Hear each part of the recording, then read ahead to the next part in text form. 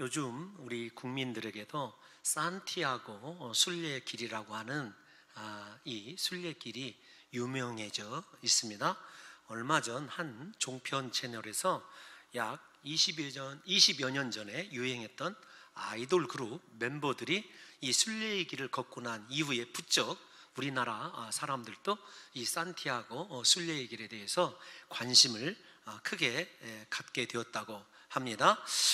유럽 사람들은 한 40일 정도 이 순례자가 되어서 이 산티아고의 길을 걷곤 해요.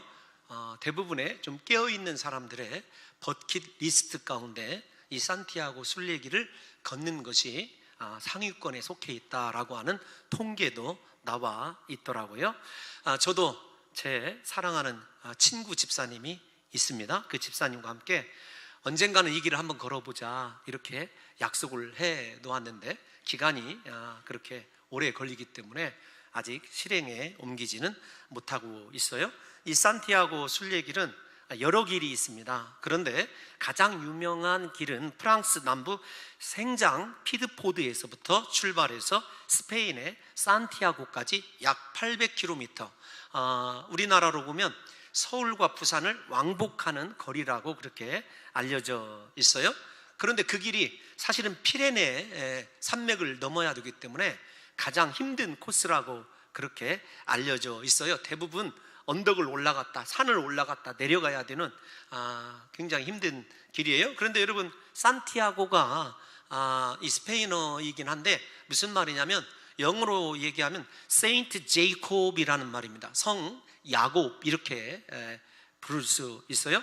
야고보 사도의 무덤이 있는 곳으로 그렇게 알려져 있어요. 야고보 사도가 스페인에서 전도했다고, 그리고 그의 유해를 그곳에 가져와서 그렇게 매장한 이후에 성당 이름이 산티아고예요. 그러니까 여러분들이 야고보 사도의 전도 여정과 관련이 있다 이렇게 생각하시면 좋을 듯 싶습니다.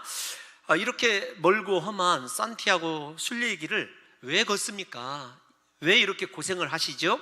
질문을 던져본, 그리고 답에 대한 통계가 있어요. 가장 많은 응답 가운데 높은 비율을 차지하는 답이 무엇이냐면 내 자신이 누구인지 알고 싶어서 이 길을 걸었습니다 이렇게 이야기하는 응답자가 가장 높은 비율을 차지하고 있더라고요.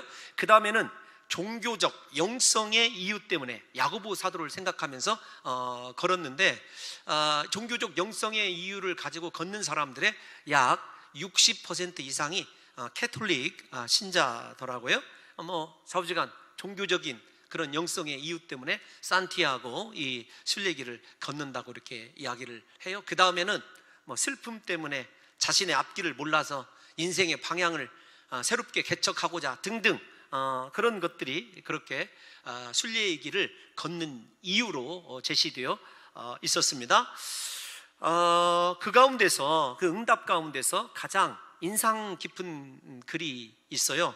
조이스 러비라고 하는 수녀께서 쓰신 느긋하게 걸어라 라고 하는 책에 보면 그녀는 10여 년 전에 이 산티아고 순례의 길에 대해서 듣기는 하였는데 그것이 나와 무슨 상관이 있으리요 이렇게 생각하고 잃어버렸어요. 그런데 어느 날 60이 다 되어서 이 산티아고 순례길을 걷게 된 거예요. 수녀 혼자서.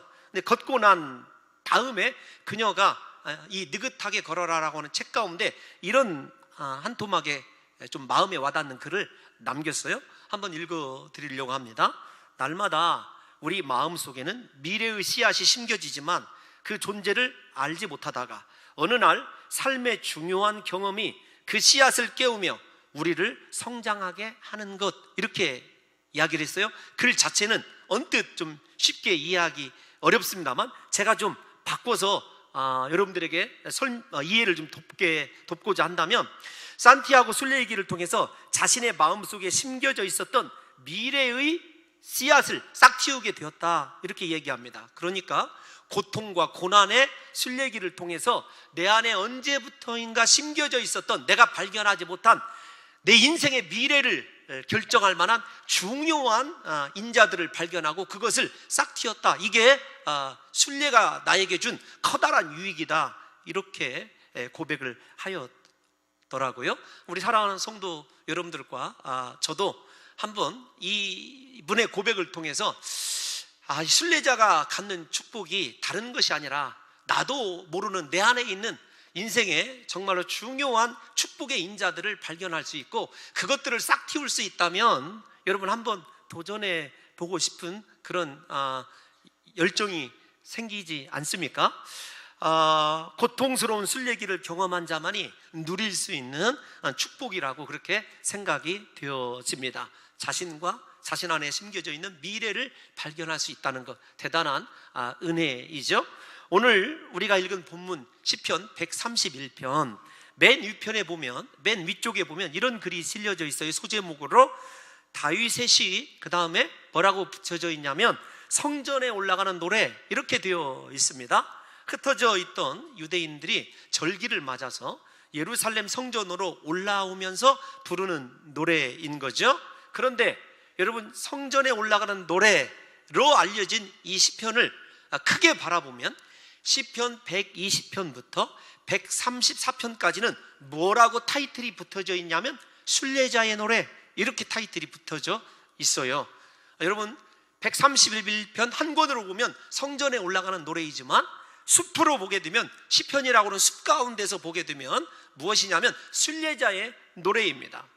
예루살렘으로 순례의 길을 떠난 순례자들이 그들의 여정을, 힘겨운 여정을 마침내 마치고 예루살렘 성전 앞에서 하나님의 얼굴을 대면하는 감격을 각 시들로 120편에서 134편까지 남겨져 놓은 거죠. 마침내 예루살렘에 도착해서 주님이 자신들에게 베풀어 주시는 은혜와 은총이 어떤 것인지를 시로 고백하였다. 이렇게 생각하면 거의 틀림이 없으리라고 여겨집니다. 한마디로 예루살렘을 향하여 고단한 순례의 길을 마치고 감격에 젖어 있는 순례자가 작성한 예루살렘 순례의 이유, 나는 왜 예루살렘을 이렇게 순례하는가 라고 하는 응답을 여러분들이 고백을 그렇게 시편 14편으로 기록해 놨다고 이해하시면 쉬울 듯 싶습니다. 그런데 그렇게 고난의 순례를 마치고 난 이후에 처음으로 내뱉는 이 시편 기자의 다윗으로 알려져 있습니다. 일성이 너무도 평범한 거예요. 교만함에 대한 경고입니다. 우리가 시편 1편을 시작할 때도 죄인들의 길에 서지 아니하며 오만한 자의 자리에 앉지 아니하고 여러분 비슷한 맥락이지만 오늘 우리가 기대하는, 다윗에게서 특별히 기대하는 이 순례의 길의 끝에서 만나는 고백치고는 너무도 평범한 것 같지 않습니까? 교만하지 말아라는 얘기예요. 그래서 여러분, 신학자들은 이 시편 131편을 성전으로 부르면서 올라가는 노래이기도 하지만 겸손의 노래이다, 혹은 겸손한 인생의 노래이다, 이렇게 부르기도 해요. 겸손이 얼마나 중요한 거냐, 그리고 진정한 겸손이 어떤 것이냐라고 하는 것을 시편 기자가 오늘 우리에게 보여주고 있어요. 우리가 잘 알죠. 교만은 우리 인간에게 있어서 가장 근원적인 죄입니다. 즉 모든 죄가 다 교만에서 출발한다는 거예요. 제가 가끔 설교 시간에 인용하는 C.S. 루이스라고 하는 여러분 학자도 뭐라고 얘기했냐면, 교만이 가장 본질적인 악이며 최상의 악이고 최대의 악이다, 이렇게 교만을 정의했어요. 그러니까 교만보다 더한 죄는 인간에게 존재하지 않아요. 다시 말씀을 드리지만 모든 사람의 죄의 출발은 교만에 있다라는 거예요. 그러면서 C.S. 루이스가 한마디 더 덧붙였어요. 동시에 세상에 단 한 사람도 그것, 즉 교만으로부터 자유한 자는 없다. 여러분, 교만으로부터 자유한 사람이 없다라고 하는 것은 교만은 인생의 본성과 같은 것이라고 여러분 이야기할 수 있습니다. 우리 그렇지 않습니까? 남보다 조금 더 배운 것, 남보다 조금 더 소유하고 있는 것, 남보다 조금 더 성공하면 우리 속에 우쭐대고 싶고 다른 사람을 무시하고 싶은 마음이 사람의 보편적인 여러분 인지 상정인 것 같아요. 그거 세상에서만 그런 것 아닙니다. 교회에서도 마찬가지예요. 저도 이 설교를 쓰면서 제 나름대로도 좀 회개했어요. 기도 많이 한다고, 성경에 대해서 많이 안다고, 봉사 많이 했다고, 나 헌금 많이 했다고, 내가 교회에서 누구라고. 여러분, 이 나에 대해서 이야기하는 순간에 어느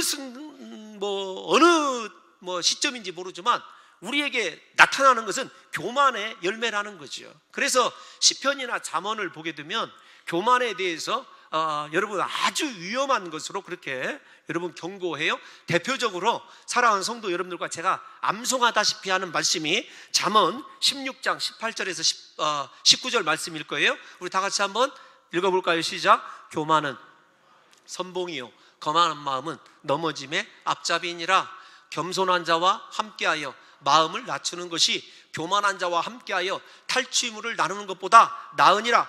여러분, 교만하면 패망을 찾아봤더니 그런 뜻이에요.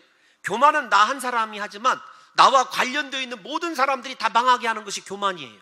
그러니까 여러분, 제가 그냥 조금 오버해서 해석을 해드리자면 교만은 패망의 선봉이라, 그 말을 교만은 패가 망신하는 거다 이렇게 생각하면 여러분 거의 의미상은 이 틀림이 없더라고요. 사랑하는 성도 여러분들과 제가 이 세상을 살아가면서 교만한 것은 어쩌면 여러분 자유일 수도 있지만 그 교만의 열매는 절대로 나 혼자 먹지 않는다는 것. 그 교만의 열매, 이 패망, 거꾸러짐이 다 우리에게 속해 있는 자들에게 그렇게 파급을 끼친다는 걸 생각하면 교만하지 아니하고 겸손해야 될 이유를 우리가 발견하게 되는 거죠. 근데 게다가 좀 더 살펴봤더니 시편 기자인 다윗이 내 마음이 교만하지 않다, 그래서 마음을 지목을 했어요. 특별히 우리 1절 한번 잠시만 띄워놔 주십시오. 우리가 읽은 본문 1절을 띄워보시면 여호와여 내 마음이 교만하지 아니하고 이렇게 얘기하고 있어요.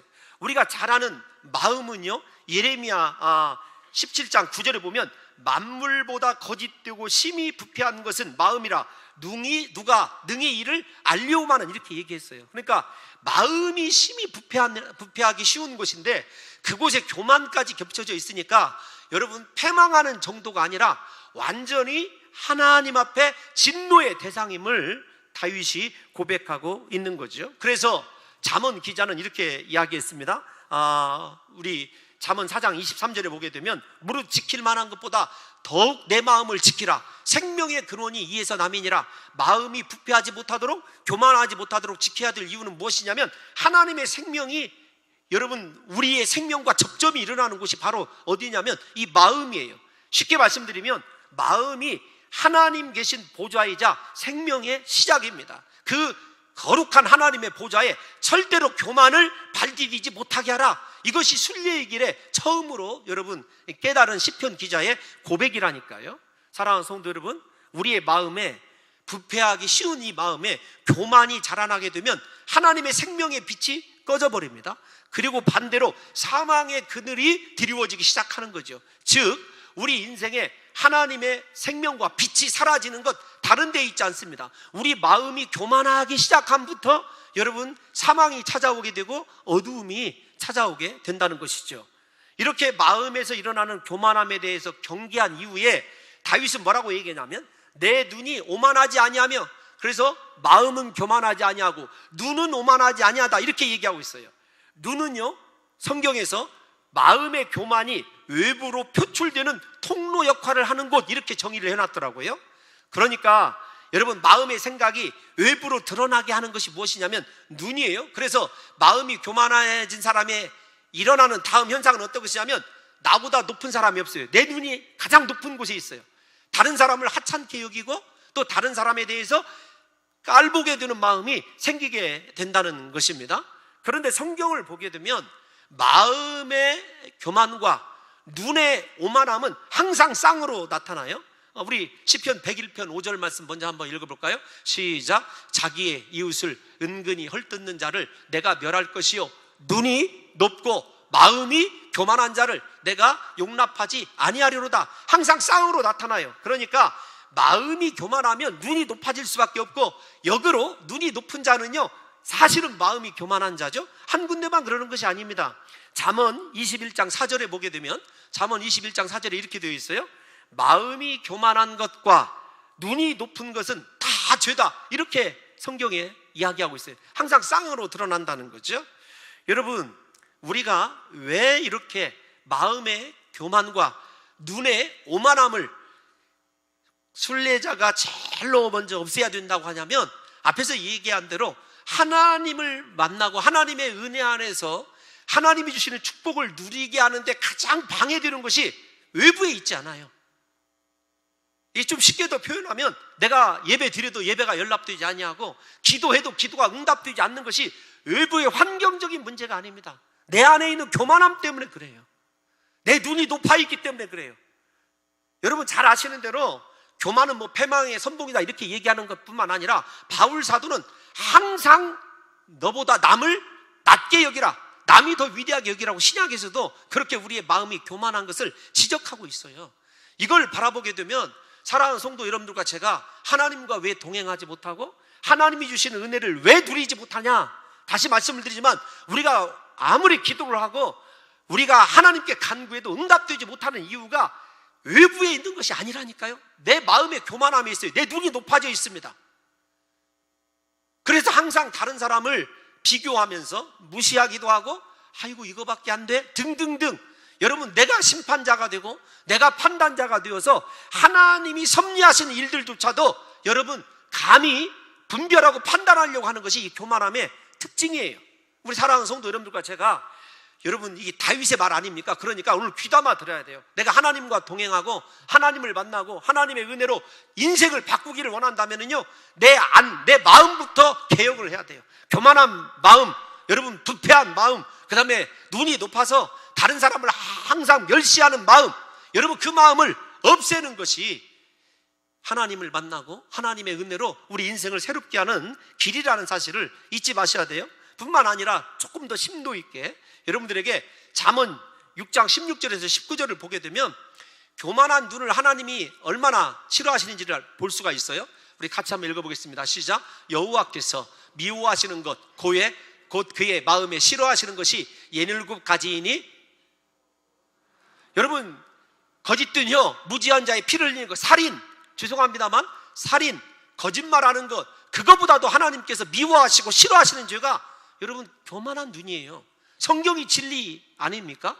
하나님께서 왜 그런가 하면요, 히브리서 문법적 특성상 무엇이 나열되어 있을 때 맨 처음에 언급되는 것이 언제나 여러분 우열이에요. 우열. 그러니까 우성, 하나님이 강조하고자 하는 거죠. 그러니까 하나님께서 교만한 눈, 그것을 그토록 미워하고 싫어하시는데, 우리 마음이 변화되지 않고 내 마음이 깨져서 하나님, 나는 하나님 은혜 없이는 살아갈 수 없는 죄인 중에 괴수입니다, 이렇게 하나님 앞에 진실로 엎드리지 아니한다면 미워하고 싫어하는 하나님께서 우리에게 어떻게 응답을 해주시겠느냐고요. 우리 사랑하는 성도 여러분, 우리 산티아고 순례의 길 걷지 않아도 오늘 이 예배를 통해서 사랑하는 성도 여러분들과 저의 마음의 완악함이, 교만함이, 오만한 우리의 눈이 여러분 낮아지고 부서지고 깨어짐으로 말미암아 하나님께서 우리에게 언제나 임재하시고 하나님께서 우리를 더 귀히 여기시는 복 있는 겸손한 자의 반열에 서시는 역사가 있으시기를 예수님의 이름으로 축원합니다.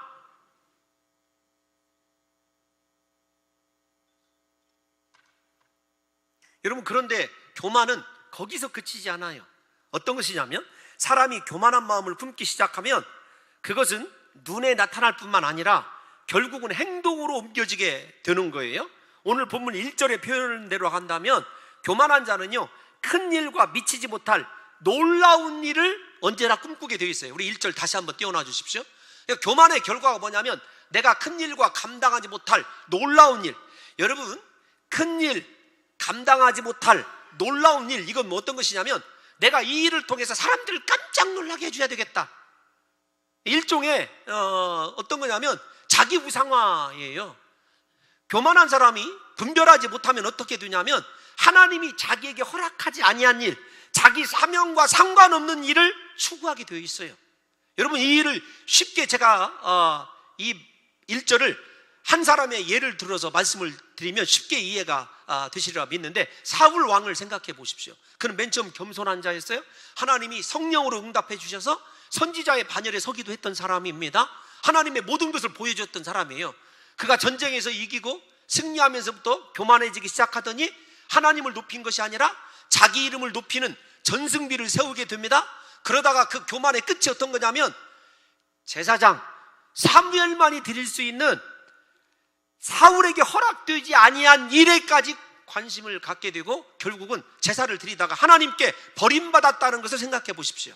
우리에게 사울의 이야기를 보게 되면 교만의 열매는요, 영적으로 무지해지는 거예요. 그래서 내 삶의 경계선 긋기가 이루어지지 않아요.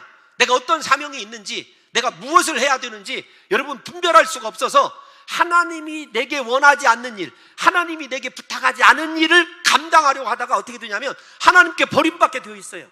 이게 여러분 시편 기자인 다윗이 고난의 순례길에서 얻어진 거예요. 그러면 다윗으로 돌아와 보면 다윗이 지금 고백하는 큰 일과 내가 감당하지 못할 놀라운 일이 무엇이냐면 성전 건축하는 일이었어요. 다윗이 성전 건축하고 싶어서 여러분 기도했을 때 나단을 통해서 하나님께서 너는 손에 피를 묻혔기 때문에 네 아들이 성전을 건축할 것이다, 그렇게 하나님이 말씀을 해주셨을 때 다윗이 수용을 합니다. 그런데 이 말이 굉장히 중요한 말이에요.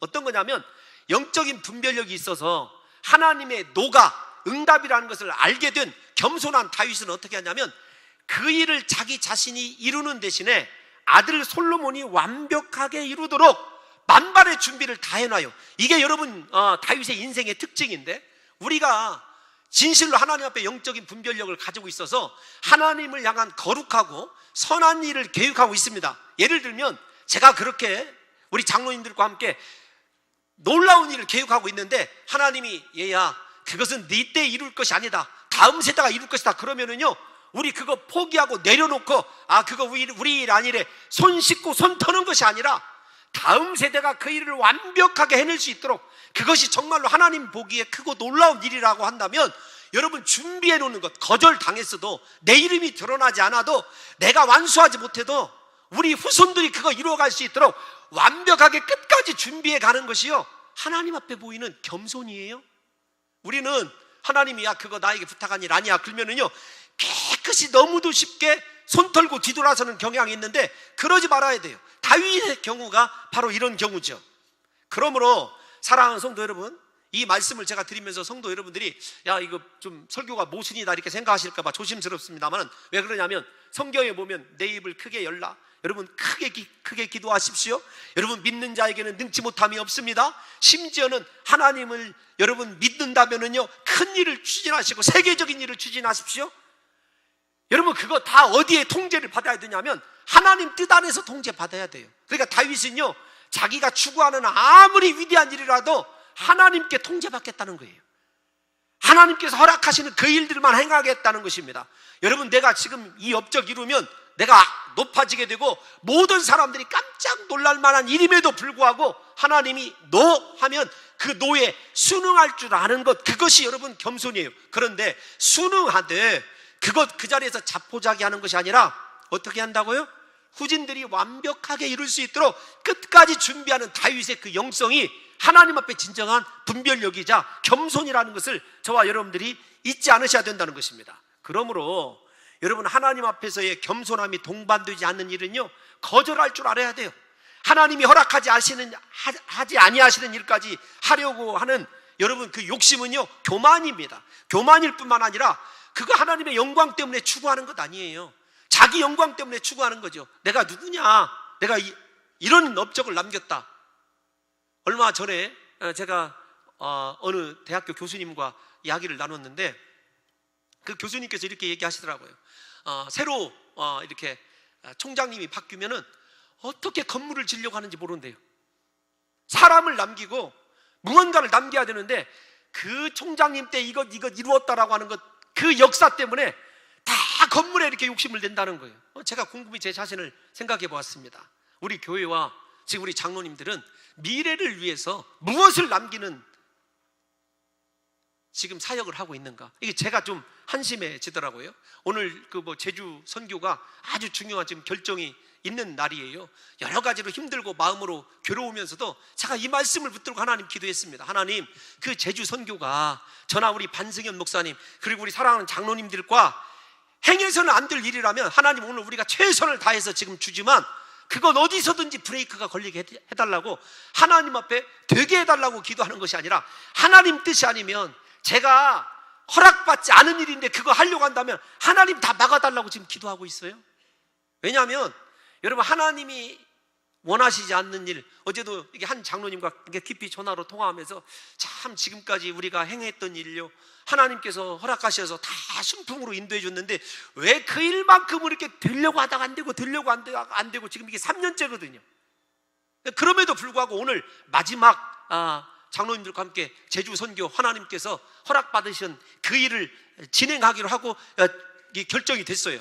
하나님께서 분명히 우리에게 놀라운 은혜를 주실 뿐만 아니라 이게 저보다도 반승현 목사를 사랑하시기 때문에 그 반승현 목사님이 제주를 굉장히 사랑하거든요. 하나님께서 그분의 기뻐하신 뜻대로 열어주실 줄로 믿습니다.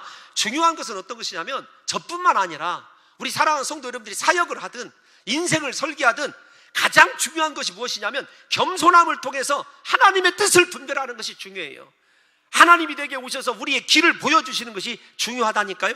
그 사실을 여러분, 다윗이 깨닫고 하나님, 나는 정말로 큰 일과 내가 감당하지 못할 놀라운 일을 하려고 힘쓰지 않겠습니다. 이것은 무슨 말이냐면 나는 오직 하나님의 뜻에만 순복하는 자, 내 이름 드러나지 않아도, 내 업적 드러나지 않아도 오직 하나님만 영광 받으시고 하나님만 높아지실 수 있다면 내가 그 길을 걷겠습니다라고 고백하는 거죠. 부디 우리 사랑하는 성도 여러분들과 저의 평생이요, 우리가 드러나고 우리의 업적이 자랑되는 것이 아니라 우리가 섬기고 우리가 사랑하고 우리를 위해서 십자가에 못 박혀 죽으신 예수 그리스도만 드러나고 높여지는 귀한 인생 살아가시기를 예수님의 이름으로 축원합니다. 그러면서 시편 기자는 무엇으로 만족하겠다고 고백을 하냐면 비유적으로 나는 하나님만 구하겠습니다. 이게 중요한데 1절에서 일이 아니라 2절에서 무엇으로 바뀌냐면 사역이 아닙니다. 위대한 일이 아니에요. 하나님이 내 인생의 목적입니다 라고 하는 것을 고백해요. 그러니까 순례의 때 고난의 끝에서 그가 여러분 깨닫는 두 번째 선언은 어떤 것이냐면 나는 하나님만을 내 인생의 목적 삼겠습니다. 근데 2절 말씀을 읽어보셔야 우리가 그 사실을 발견할 수 있는데요. 2절 말씀 한번 봅시다. 시작. 실로 내가 내 영혼으로 고요하고 평온하게 하기를 젖된 아이가 그의 어머니 품에 있음 같게 하였나니 내 영혼이 젖된 아이와 같도다. 여러분, 이 말씀은 히브리적 비유라는 것을 일단 아셔야 돼요. 다윗이 일을 하고 전쟁터에 있으면서 승리도 거두어보고 하나님의 역사도 경험했지만 진짜 하나님만이 인생의 고요함과 평온함을 주실 수 있다는 것을 알게 돼요. 저 말은 사실 믿음의 고백이에요. 믿음의 고백입니다. 그러니까 왜 그렇게 믿음의 고백이 나오게 됐냐면 임상학적으로도 우리 어린 아이들이 가장 정서적으로 불안할 때는요, 젖을 떼고 난 이후래요. 그래서 제가 이 글을 읽어보니까 이렇게 수유를 끝내는 부모, 특별히 엄마는 그 젖을 뗀 아이를 더 많이 안아줘야 된대요. 곰곰이 생각해 보세요. 다시 저 히브리적 비유로 생각해 보세요. 우리가 생각할 때는 젖을 먹는 아이가 어머니 품에 안겨 있는 것이 훨씬 여러분 평온하고 또 아름다운 그림, 목가적인 그림 아닙니까? 그런데 젖된 아이 이렇게 얘기하는 것은 어떤 것이냐면 어린 아이가 엄마를 맨 처음에 젖을 먹는 아이예요. 찾았을 때는 엄마 때문에 찾았겠습니까? 젖 때문에 찾았겠습니까? 젖 때문에 찾았죠. 그런데 지금은 젖을 뗀 아이는요, 단순히 엄마가 곁에 있다는 사건, 그 사실 때문에 젖이 없어도, 젖을 안 줘도 엄마 때문에 만족하고 엄마 품에서 평안함과 여러분 이 고요함을 누릴 수 있는 거예요. 다윗이 고백하는 것이 무엇이냐면 두 가지 얘기를 들은 거예요. 하나님, 나는 하나님 손에 들려있는 인생의 젖 구하지 않습니다. 나는 비록 그런 것들이 떨어져 있다 할지라도 하나님 자체로 만족하고 하나님 한 분만을 내 인생의 목적 삼겠습니다. 그 뜻이거든요. 그래서 하나님 때문에 세상이 어떻게 요란하든지 나는 고요함과 평온함을 누리는 하나님에 대한 온전한 신뢰의 믿음의 고백이 바로 이 비유의 핵심인 것입니다. 사랑하는 성도 여러분, 다윗도 이 순례의 길을 통하여 하나님만을 신뢰하고 나는 어디에서도 인생의 진정한 평화와 행복을 얻을 수 없는데 나는 하나님만으로만 인생의 평화와 고요함을 얻겠노라고 그렇게 믿음의 고백을 들려드리는 거죠. 다시 고백을 합니다마는 사랑하는 성도 여러분들과 제가 예수 믿는 이유가 하나님 손에 들려있는 저 때문인지 하나님 때문인지를 이 시간에 생각해 봐야 돼요.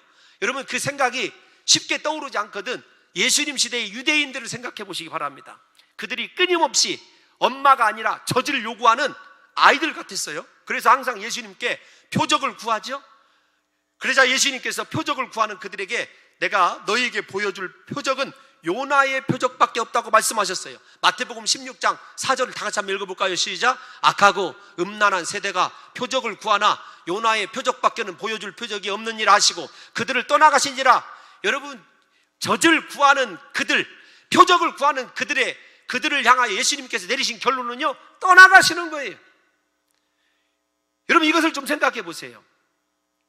예수님의 십자가의 죽으심과 부활밖에 필요 없다는 것이 예수님의 답변이에요. 요나의 여러분 표적이, 요나가 물고기 뱃속에서 사흘 만에 여러분 살아 돌아온 것, 십자가의 죽으심과 부활밖에 없다는 거죠. 오늘 우리도 마찬가지입니다. 우리에게 필요한 것은요, 우리의 육신을 위한 물질이나 명예나 기적이 아닙니다. 예수님의 십자가입니다. 나 같은 죄인을 위하여 십자가에 못 박혀 죽으신 예수 그리스도, 그분이 인생의 목적이 되고 그분을 통하여 그분과 교제하는 곳에서 즐거움과 기쁨을 맛보지 못한다면요, 그래서 언제나 아이처럼 우리말로 바꾸면 요즘에 우리들처럼 돈, 세상 것, 성공, 출세 구하면요, 어느 순간에 주님께서 우리를 떠나가실 때가 있다니까요. 그래서 다윗은요, 나는 하나님 한 분만으로 만족하니 주님 영원토록 나에게 거해달라고 간구하는 비유가 바로 이 절 말씀이에요. 사랑하는 성도 여러분, 여러분들은 무엇 때문에 예수를 믿고 있습니까? 예수님 손에 들려있는 세상의 부귀와 세상의 여러분 성공과 출세 때문입니까? 아니면 정말로 나 같은 죄인을 사랑하신 그 예수님의 사랑 때문에, 그분이 부탁하신 십자가 지고 그분이 인도하시는 곳이라고 하면 어디든지 따라가는 신앙의 진정한 바른 고백 때문에 예수 그리스도를 믿고 있느냐고요. 오직 예수님만을 구하며 예수님과 동행하는 삶, 그래서 예수님 안에 있는 진정한 평화와 안식을 누리며 사는 삶을 살아야 되는 거죠. 여러분, 이 말씀의 반대가 어떤 반대냐면, 여러분 풍랑이 있는 바다 위로 예수님 모시고 가던 제자들 생각해 보세요.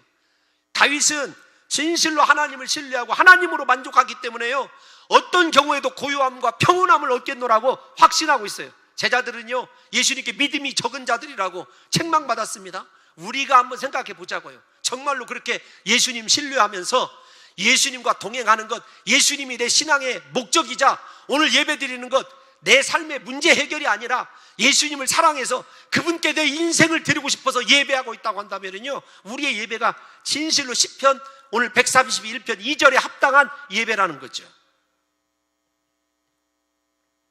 여러분, 우리는 예수를 믿으면서도 아직도 세상의 야망만을 구하며 살아가는 성도들이 많이 있습니다. 부디 오늘 영혼의 순례를 통하여 우리 또한 하나님 한 분만으로 만족하고 오직 하나님 품에만 거하며 하나님 외에는 인생에 기쁨이 없노라고 그렇게 고백할 수 있는 복이 있는 인생 결론에 도달하시는 성도 여러분들이 되시기를 예수님의 이름으로 축원합니다. 그러므로 결론이 어떤 거냐면 3절 말씀이에요. 다윗이 이렇게 얘기하죠. 이스라엘아, 지금부터 영원까지 여호와를 바랄지어다. 세상의 것을 추구하지 말고 오직 하나님만 사모하라는 것 아니겠습니까? 여러분, 이 시의 특성상 하나님만 바라는 그것이 진정한 겸손이에요. 매 순간마다 하나님께 엎드리고 일의 해결을 위해서 기도하는 것이 아니라, 하나님 나와 함께 하시죠, 내가 하나님만 바라보고 있습니다, 그렇게 매 순간마다 나를 하나님께로 나아가게 하는 것, 그것이 겸손이라니까요. 여러분, 하나님을 바라보지 못하는 사람은 마음이 교만해지고 눈이 오만하여 큰 일과 감당하지 못할 놀라운 일만 힘쓰게 되어 있습니다. 그러나 여호와를 바라는 사람은요, 자기를 의뢰함을 버리고 젖된 어린아이와 같이 순전하게 하나님이 주시는 고요함과 평온함을 누리며 살아가게 되는 거죠. 시편 기자는 언제부터 영원까지요? 지금부터, 지금이 중요하다고 얘기합니다. 대부분 신앙생활 하시는 분들과 면담하다 보게 되면요, 지금에 대해서는 얘기하잖아요. 무엇에 대해서 얘기하냐면 과거에 대해서 얘기를 많이 하는 사람들을 보게 됩니다. 우리는요, 지금이 중요해요. 제가 여러분 한 10여 년 전에 우리 장로님들 기억하실지 모르겠지만 설교할 때 물어봤어요. 사람들이 저에게 목사님 어느 때가 제일 행복합니까? 행복하셨습니까? 물어봤을 때 제가 성도들에게 이렇게 대답을 했습니다. 제가 기도하기는 언제나 now, 지금이다 라고 대답할 수 있어야 된다고. 저도 그렇게 지금이 행복하다, 고통의 순간에도 언제 행복하십니까? 물어보면 지금이라고 대답할 수 있어야 된다고 그렇게 말씀드렸는데, 성경은요 지금이라고 하는 단어를 아주 귀하게 여겨요. 그래서 신약의 바울 사도 같은 경우도 고린도후서 6장에서 보라 지금이 은혜 받을 만한 때라, 지금이 구원의 날이로다 인용한 구약의 말씀을 그대로 얘기하거든요. 그래서 지금 사랑하는 성도 여러분들과 제가 하나님에 대한 어떤 태도로 예배드리고 있는지가 중요해요. 지금이 중요합니다. 이 순간은요 지금이 결단하지 않으면 과거로 지나가게 되는 거죠. 오늘 지금 여호와를 인하여 기뻐하는 사람은요 내일 또 여호와를 인하여 기뻐할 수 있고 미래도 자신의 것으로 만들어요. 그래서 지금부터 영원까지를 얘기할 때 지금을 영원한 현재다 이렇게 얘기한 사람이 있어요. 그러니까 지금 하나님을 만나는 사람은요 영원의 시간도 현재처럼 누리며 살아갈 수 있는 거죠. 그래서 오늘 사랑하는 성도 여러분들과 제가 결단을 해야 돼요. 늦추면 되지 않습니다. 늦추면 여러분 실패하는 거예요. 지금 이 순간 하나님만 바라고 절대로 교만하지 아니하고 하나님 한 분만으로 내 인생의 목적 삼고 살아가겠노라고 결단할 때 하나님께서 우리에게 크고 놀라운, 우리가 감당하지 못한 여러분 그 일을 오히려 하나님께서 이루어 주시는 축복으로 우리와 동행해 주실 줄로 믿습니다. 그런데 제가 이 설교를 준비하면서 도대체 하나님을 바란다고 하는 것이 무엇일까를 좀 생각해 봤어요. 하나님을 바라기 위해서는요 하나님을 사랑하는데 방해가 되는 것들을 버려야 되겠더라고요. 하나님을 의지하는데, 신뢰하는데 방해가 되는 것들을요 포기하지 않고는 하나님 바라는 것이 아니에요. 즉 우리 자신을 내려놓고 포기하고 전적으로 하나님 앞에 벌거벗은 가난한 심령이 되었을 때 그게 하나님만을 바라는 거더라고요. 이 설교를 준비하면서 지난번에 아주 감동 있게 읽은 기사 한 토막이 생각이 나더라고요. 여러분 출석 성도 약 2,000명에 달하는 미국의 한 대형 교회가 있어요. 필그림 교회. 이 출석 성도가 2,000명입니다. 그런데 이 교회가 속해 있는 교단이 어느 교단이냐면 장로 교단이에요, 미국에. 그래서 보니까 PCUA라고 하는 교단인데 이 교단에 이 교회가 필그림 교회가 속해져 있어요. 그런데 이 속해져 있는데 그 교단의 특징이 어떤 거냐면 그 교단에 속해 있는 교회의 모든 재산은 교단의 것이에요. 그러니까 이 필그림 교회의 재산이 어느 그 교회의 것이 아니라 교단의 것이란 말이에요. 근데 교단의 것인데 중요한 건 이 PCUSA에서 여러분 동성애를 옹호하기 시작하고 동성애를 조장하는 목사를 세우기 시작했어요. 그래서 이 담임 목사님이 양 목사님이신데 양 목사님과 성도들이 고민하기 시작했어요. 왜냐하면 우리 교단이 성경에서 벗어나고 있고 죄악의 길로 달려가고 있다. 이거 어떻게 해야 되느냐. 그래서 2017년 12월 24일 크리스마스 이브날 성도들이 결단을 했어요. 우리가 이 교단을 탈퇴하자. 중요한 건 뭐냐면 그 교회의 그 당시에 건물값이 얼마냐면 우리 돈으로 129억이에요. 더 중요한 것은 주차장과 더불어 부대 시설까지 합하면 이건 제가 확인한 바가 없습니다만은 약 190억 정도 되는 거예요. 여러분들은 도대체 얼마를 얘기해야 이게 그 감동이 올지를 모르겠지만 여러분 누가 129억만 주세요. 이거 어마어마한 돈 아닙니까? 근데 중요한 건 뭐냐면 교단을 탈퇴하면 하나님 말씀대로 하나님을 선택하면 129억 내지는 다 포함해서 190억을 내놔야 돼요. 손해봐야 돼요. 그런데 놀라운 것은 우리가 양 목사님과 2,000명의 성도들이 우리 하나님을 선택합시다. 우리 하나님만 바라봅시다. 우리 말씀대로 살아갑시다. 결단하고요. 그 교단에서 뛰쳐나왔어요. 그래서 지금 중학교 강당을 빌리고 매달마다 예배드릴 처소를 빌리는데 성도들이 그 화려하고 좋았던 성전 버리고 여러분 나오니까 얼마나 이 맨바닥에서 예배드려야 되고 고생해요? 여러분 생각할 때 성도들 떨어져 나갈 것 같으죠? 아닙니다. 올 한 해까지, 그러니까 작년에 그랬으니까 올 한 해까지 200명이 더 부흥을 했어요. 근데 놀라운 것은 국민일보에서 기자가 함께 인터뷰한 걸 보게 되니까 헌금이 정확하게 2배 이상 늘었어요. 여러분 우리가 생각할 때 내 것 버리고 이것 아니면 죽게 싶었다 생각하는 거 그거 붙잡느냐라고 하나님 여러분 바라지 않는 그 신앙 오래 갈 것 같습니까? 아닙니다. 거꾸로 돼야 돼요. 정말로 하나님 바라고 내가 사랑하는 것 하나님 전적으로 의지하지 못하게 하는 것들이요 과감하게 버리면 누가 책임져 주냐면 하나님이 책임져 주실 줄로 믿습니다. 그 좋은 예가 여러분 성경에도 나와 있어요. 우리가 주만 바라볼지라 얘기할 때 등장하는 사람이 누구죠? 여호사밧 아닙니까? 여러분 여호사밧이 이 역대하 20장에 보게 되면은 모압과 암몬 족속이 쳐들어오니까 자기가 할 수 있는 일 다 내려놓고 내가 오직 주만 바라보나이다, 오직 주만 바라보나이다 이렇게 고백을 해요. 좀 시간이 가지만 우리 한번 읽어봅시다. 역대하 20장 12절에 13절 시작. 우리 하나님이여 그들을 징벌하지 아니하시나이까. 우리를 치러오는 이 큰 무리를 우리가 대적할 능력이 없고 어떻게 할 줄 알지도 못하고 오직 주만 바라보나이다. 이렇게 기도했어요. 주만 바라봤어요.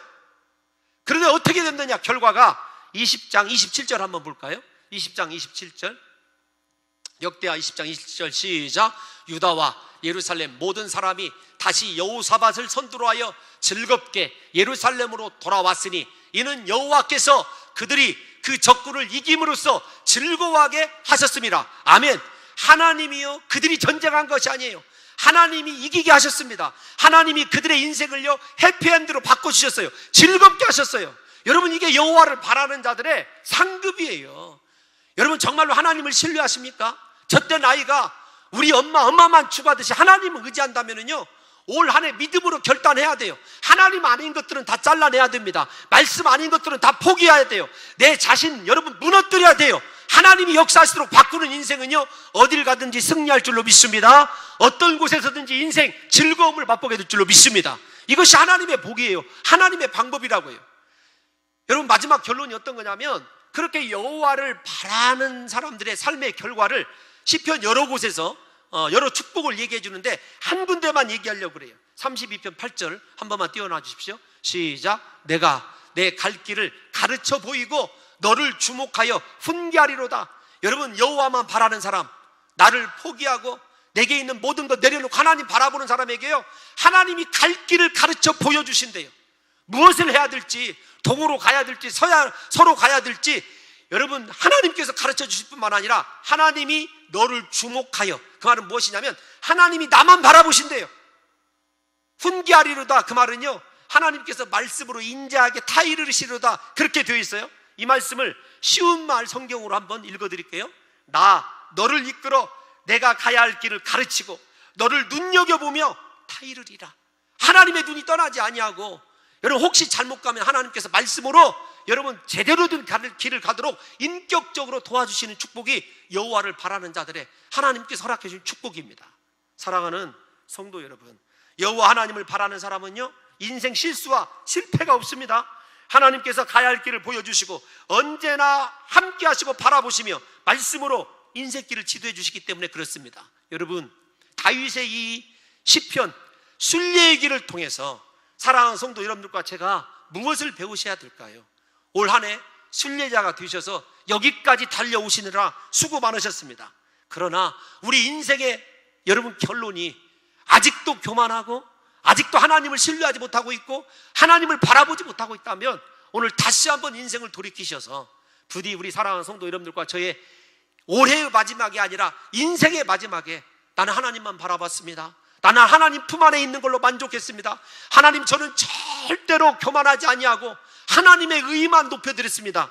그렇게 순례의 이유서를, 변증서를 남길 수 있는 축복의 사람들이 되시기를 예수님의 이름으로 축원합니다. 하나님 아버지 오셔서 우리 인생 주님만이 주장해 주옵소서. 예수님의 이름으로 감사드리며 기도하옵나이다. 아멘.